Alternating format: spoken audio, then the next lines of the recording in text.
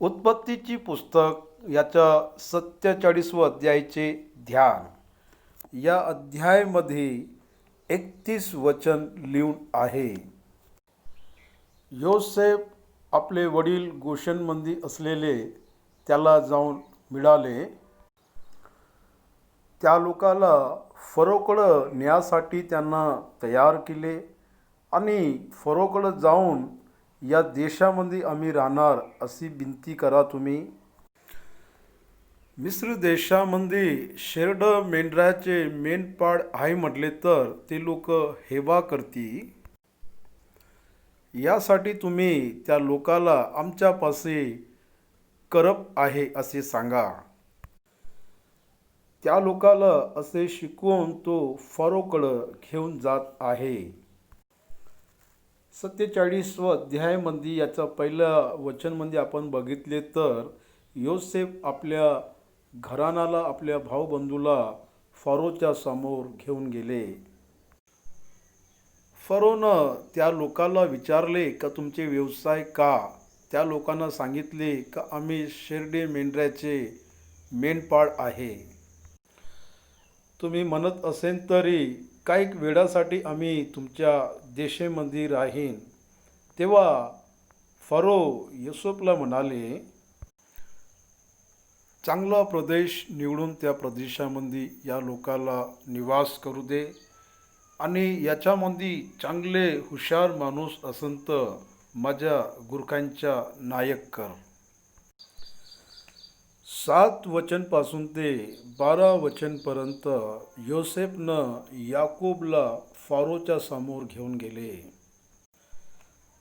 फरोनं याकोबला त्याची वय विचारली. फरोला याकोबनं आशीर्वाद दिले. फरोनं दिली आज्ञा अनुसार रामसेस प्रांतामध्ये चांगल्या ठिकाणी त्या लोकाला निवास होवासाठी स्थान मिळाले. 13 वचनपासून आपण बघितले तर मिस्र देशामध्ये कनान देशामध्ये दुष्काळ फार वाढला. मिस्रामध्ये अन्नधान्य विकत घ्यासाठी लोकांकडं पैसे संपले होते. तेव्हा त्यांच्याकडून त्यांचे प्राणी घेतले आणि त्यांचे प्राणी घेतल्यानंतर ते लोक आले, आता आमचे शरीरच्या अलावा आमच्याकडं काहीच नाही. तेव्हा त्यांच्याकडून त्यांची शेती घेतले आणि गावाला योसेफनं फरोच्या वशमध्ये केले. त्यानंतर याजक लोकांची शेती घ्यासाठी योसेफनं इच्छा नाही केली आणि या लोकांचे पालनपोषण योसेफनं केले आणि या लोकांची शेती सोडून सर्वांची शेती फरोच्या वशमध्ये झाले. योसेफनं लोकांना म्हटले का तुमची शेती आम्ही विकत घेतली आहे. तुम्ही जगले पाहिजे म्हणले तर शेतीचे 20% तुम्ही फरोला द्या आणि 80% तुम्ही ठेवून घ्या. असे त्यांना याजक लोकाला सांगितले. या रीतीनं याजक लोकांची शेती त्यांच्या हातामध्ये राहून गेली. 27 वचनपासून ते 28 वचनपर्यंत याकोबची संतान गोशेनमध्ये विकास झाले. याकोब जगलेले 47 वर्ष आहे म्हणून 17 वर्ष तो मिस्रमध्ये निवास केले म्हणून याकोब मराचा अगोदर योसेफला बोलावले आणि त्यांना सांगितले की मी मेल्यानंतर मला इथे तुम्ही दफनवायचे नाही. तुम्ही माझे वडील घेतलेले मकपेला गुफा माझे त्या स्थानमध्ये मला समाधी करा असे त्यांना योसेफला सांगितले आणि तो त्याला अशी शपथ घ्यायला लावले. इथं हा अध्याय संपतो. 47वा अध्यायाचं पहिला वचन आपण बघू. मग योसेफनं फारोकडे जाऊन त्यास सांगितले, माझा बाप व माझे भाऊ आपले शेरड मेंढरे गुरढोरे आणि आपले सर्वस्व घेऊन कनान देशातून निघून आले आहात. हल्ली ते गोशन प्रांतात आहेत. इस्रायली लोकांचे पहिलं कॅम्प याच प्रांतामध्ये आहे आणि इथंच त्या लोकांचे विकास झाले. मोशाच्या काळामध्ये फारोच्या कठीणतामुळे देवानं त्याचा न्याय केला. गोशेन प्रदेशाला सोडून त्या असलेल्या सर्व भागामध्ये देवाचा न्याय आले. त्यासाठी त्या प्रांतामध्ये निवास करासाठी आणि त्याची अनुमती घ्यासाठी योसेफ आपल्यासोबत 5 भावायला घेऊन आले. फारोनं योसेफच्या भावास विचारले, तुमचा धंदा काय? ते फारोला म्हणाले, आपल्या दासांचे व त्यांचे वडीलचे धंदा मेंढरे पाळण्याचे आहे. उत्पत्तीचे पुस्तक 46 व अध्याय 32 वचनमध्ये शेड्या आणि मेंढपाळ असलेल्या सर्व लोकांना मिस्री देशाचे लोक हेवा करतो. ते लोक तुम्हाला विचारतील की तुमचे काम का आहे, तर तुम्ही त्या लोकाले सांगा, आमच्याकडं कर्प आहे. पण ह्या लोकांना तसे न सांगता आम्ही शेरडे मेंढराचे मेंढपाळ आहे असे ह्या लोकांना सांगितले. म्हणजे देवानं या लोकांवरत दया केली असे सांगल्यानंतर फारोनं यांच्यावरत कृपादृष्टी केली. ते फारोस आणखी म्हणाले, आम्ही या देशात काही दिवस रहिवास आलो आहो. कनान देशात जबर दुष्काळ पडल्यामुळे आपल्या दासांचे शेरड मेंढऱ्या चारा राहिला नाही, तर कृपा करून आपल्या दासास गोशन प्रांतात राहू द्यावे. बघा, इथे दुष्काळ आहे म्हणूनच थोडा वेळ आपण इथं राहू आणि याच्यानंतर आम्ही परत जाणार या भावनेनं ते लोक इथे आले. पण 400 वर्ष ते इथं राहणार त्या लोकाला माहीत नव्हते. अशी परिस्थिती आली म्हणून ते लोक आले, पण ते लोक स्वतःहून स्वतः नाही आले. फारो योसेफला म्हणाला, तुझा बाप व तुझे भाऊ तुझ्याकडे आले आहेत. अवध मिस्र देश तुझ्या पुढे आहे. हा देशातले उत्तम भागी आपल्या बापास व भावास वस्ती करू दे. त्यास गोशन प्रांतात राहू दे. त्याच्यापैकी जे कोणी हुशार माणसे तुला ठाऊक असतील ते त्यांना माझ्या गुरख्यांचे नायक कर. बघा, इथे देवानं त्यांच्या प्रती कशी कृपादृष्टी केली त्या लोकाला इथे कळले. आणि फारो त्यांना उपाधी पण देऊन राहिले. उपाधी म्हणजे उपाधीसोबत वेतन पण मिळणार ना.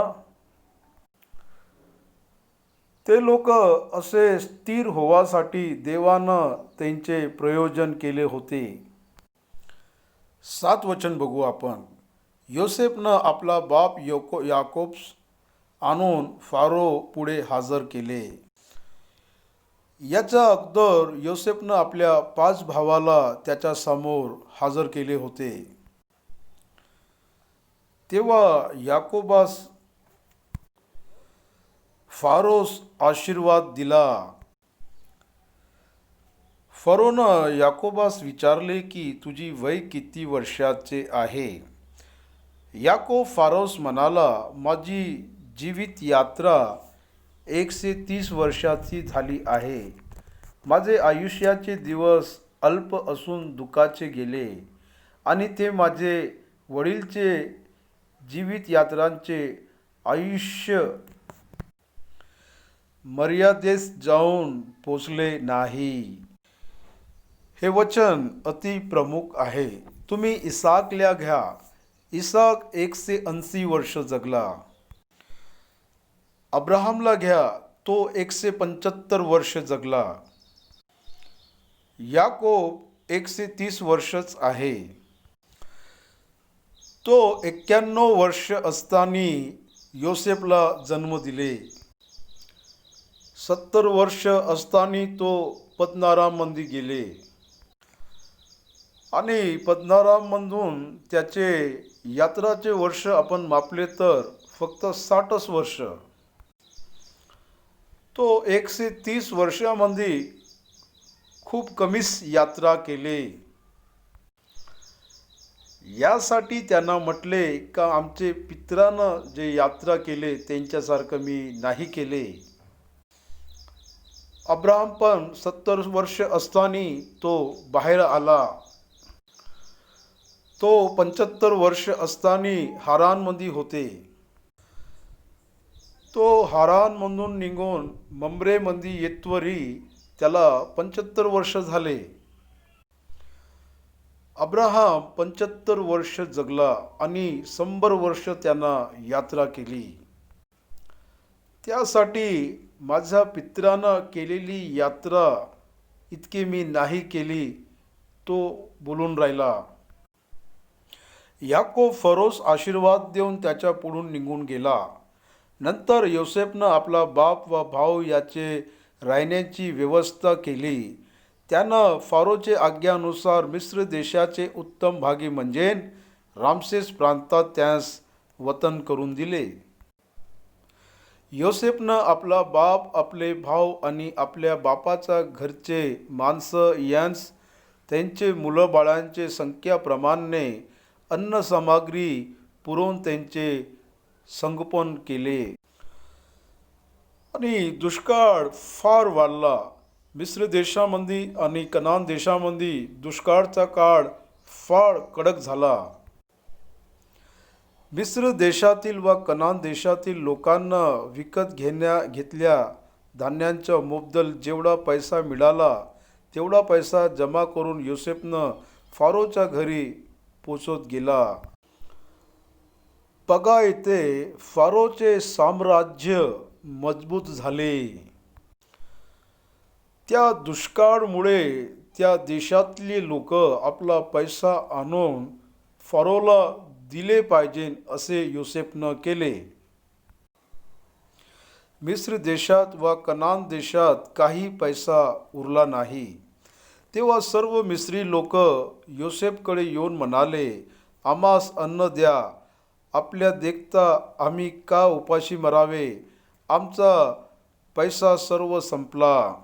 योसेफ म्हणाला, तुमचा पैसा संपला तर तुमचे गुरे या माझे त्यांचे मुबदल तुम्हास अन्न देईल.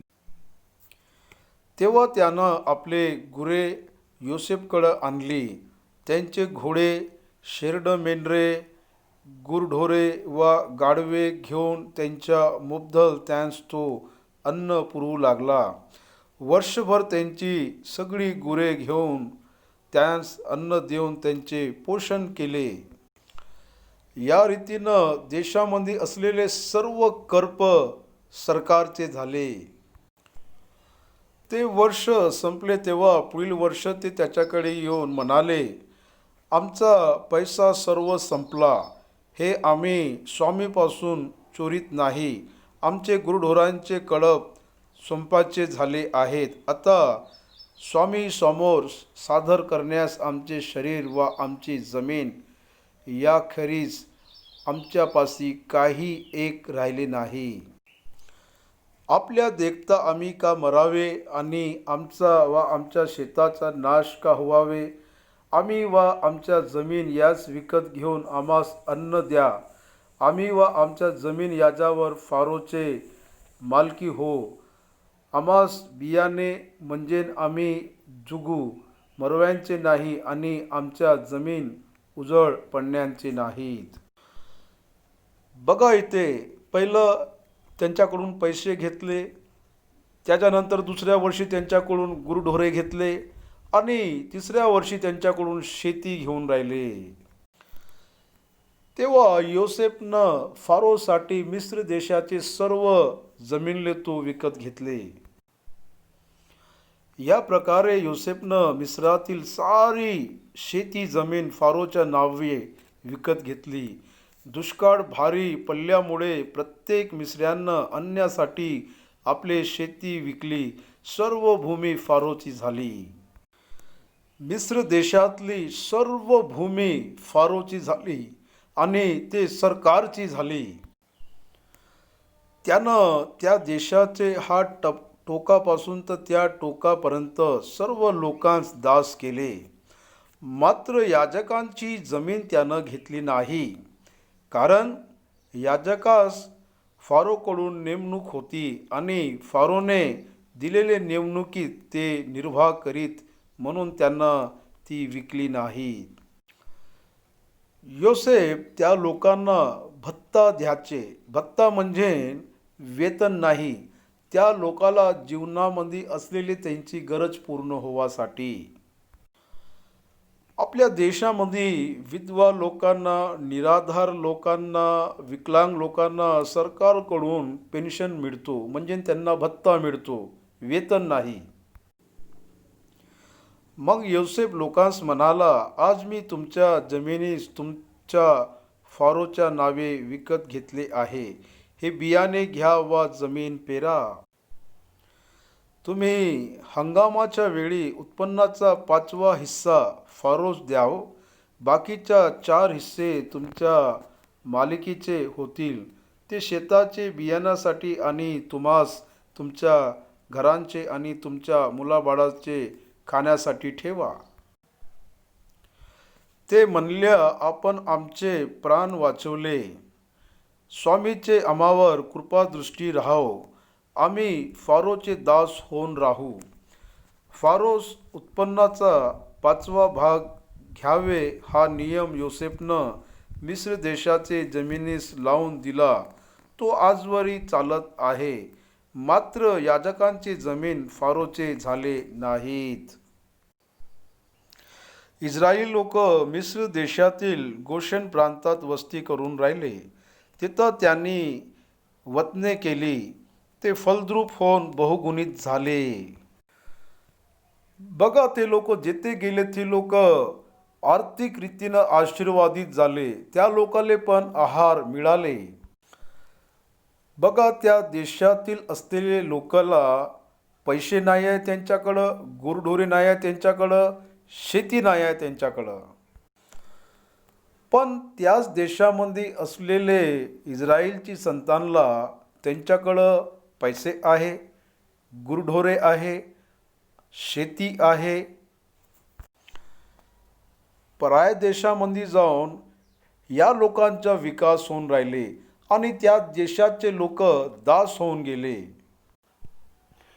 याकोब मिस्र देशात 70 वर्ष जगला. याप्रमाणे याकोबचे सगळे वय 147 वर्ष झाले. इस्रायलचा अंतकाळ समीप आला.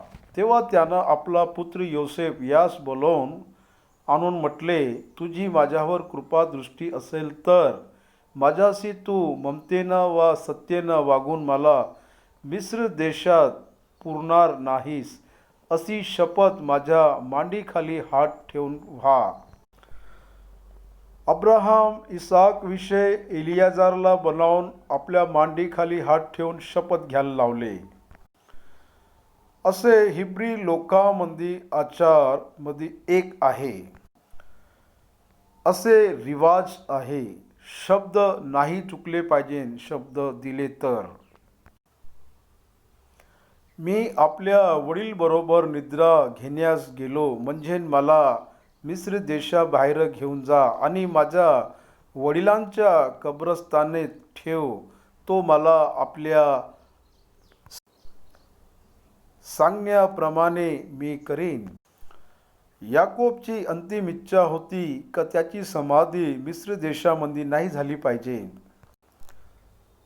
कारण देवानं त्या लोकाला कनान देश दिले होते आणि त्या लोकांचा असा विश्वास होते का कनान देशामध्ये समाधी केले तर तिथे पुनरुत्थान होतील.